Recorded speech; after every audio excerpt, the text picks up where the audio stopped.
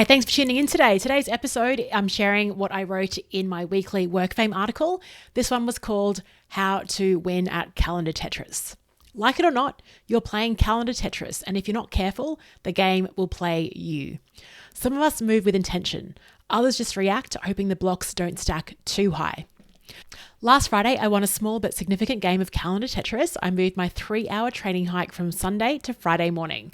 I wanted to avoid the weekend ultra runner crowds on the trail. But what struck me wasn't the logistics of shifting the block, it was the quiet realization that I didn't need to check a team calendar, ask for permission, or cause a cascade of other pieces to fall. The real luxury wasn't the hike itself, it was the autonomy. When your calendar plays on hard mode, Calendar Tetris Mastery is about placing your commitments so they fit together perfectly, leaving you room to move pieces when opportunities arise. Yet, so many people are trapped in a reactive game where their calendar is set to level 10 speed. Blocks are dropped on you by others, leaving a board full of gaps, mismatched pieces, and the constant low-level anxiety that you're one block away from game over.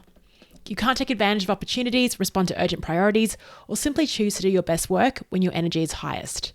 Now, you might be thinking, hey, look, that's easy for you to say, Leanne, you work for yourself.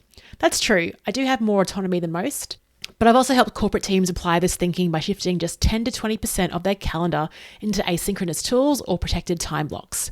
Calendar freedom is not about working less. It's about designing a system where your calendar serves your priorities, not the other way around. Here's how you can master Calendar Tetris from an above average player. Disclaimer, I'm not the master of Calendar Tetris. I'm pretty good. Things still slip through though, and I think that's because while we think we can control our calendar, it is an illusion, and as we know, life has other plans. However, these shifts can help you play with more intent. Shift number 1, plan your next 4 moves. In Tetris, you don't just look at the current piece, you see the next few on the queue. Do the same with your calendar. When I book a client strategy session, I don't just place that one block. I immediately work backwards and place the other required blocks first. The prep call a week before, the time to write the materials, and the email to send participants. By placing the dependent pieces first, you guarantee no last-minute surprises. Shift 2, delete the dead blocks. I think recurring meetings are the messiest, most useless blocks on the board.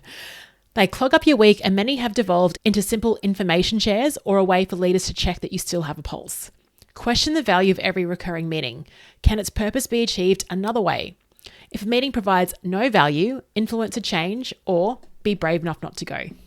Shift 3, realize your value isn't in the blocks.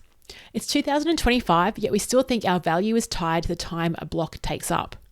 We believe a 60-minute meeting is inherently more valuable than a 30-minute one, or that moving a project forward requires a live call. This is a trap. The biggest calendar wins come from placing expensive, real-time meetings with asynchronous alternatives. Most meetings are just information sharing disguised as decision-making. These are some things I do that clear multiple lines at once. Instead of scheduling a feedback call, I record a 5-minute video walking through my comments directly on their document. It's more useful for the client or collaborator and gives them time to review, and also it's faster for me. Instead of a status update meeting, we use collaborative documents with comments and suggestions. By the time we do meet, we're ready for high-level decisions. Instead of phone tag, I send voice notes via WhatsApp for coaching conversations and relationship building. Now, it doesn't replace meetings entirely, but it handles the routine check-ins that don't need real-time back and forth. My test is simple. What specific decision does this meeting enable? If there's no clear answer, it becomes an email, a video, or a message. Shift 4, stack similar colors together. This is about batching your task by energy. I have center stage days and backstage days.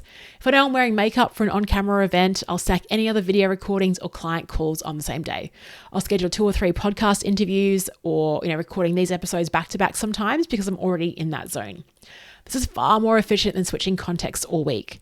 High energy creative work in the morning, low energy admin in the afternoons. When your calendar matches your natural energy patterns, everything becomes easier.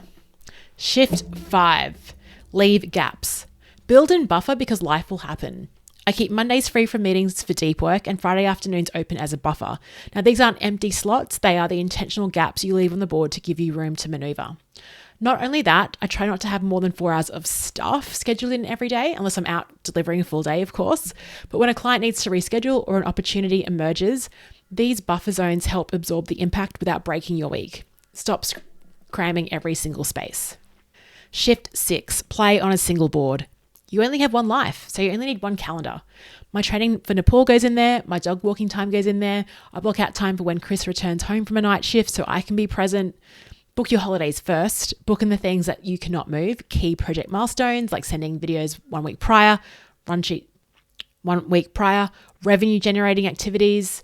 Think of this as your Gantt chart backbone. When you know what you cannot move, everything else becomes fluid. I even have the AFL, NRL, and netball finals in my calendar because those things are important to me. When your whole life is on one board, you make commitments with full clarity and never have to weasel your way out of a double booking. Shift 7, know your seasons. Your strategy should change with your life seasons. I am a completely different person in winter than I am in summer. In summer here in Australia, I'm up around 4 a.m. exercising. In winter, I engage sloth mode. I wake up later and exercise mid-morning, even around lunchtime, because that's what my body needs. Acknowledge your energy shifts and adjust your game plan accordingly. Shift 8, the double block. The smartest move in Calendar Tetris isn't always removing a block. Sometimes it's stacking two together.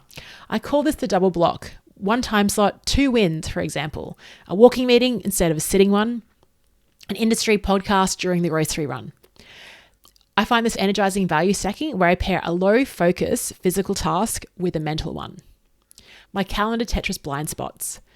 I do live and die by my calendar. If it's not in there, it doesn't happen. But sometimes that works against me. Important but not urgent things slip, especially life admin like getting to the post office. I've also caught myself overscheduling ideal Leanne days and then crashing because I forgot to factor in recovery, and then getting a massage becomes an emergency, not a maintenance thing. So no, I don't play a perfect game, but I've learned to play a more forgiving one. Your move now. Don't try to rebuild your whole board overnight. Just choose one move this week. Protect one deep work block. If it's Monday morning, Friday afternoon, pick your rhythm and lock it in. Audit one recurring meeting. Ask, could a shared document or video replace this? Try it and see. Map your non-negotiables. Look at the next 30 days. What can't move? Lock those in. You don't win Calendar Tetris by clearing every piece. You win by knowing which pieces actually matter and making space for them. So, what's the one piece that you'd move first? Let me know. Thanks for listening, and I'll speak to you tomorrow.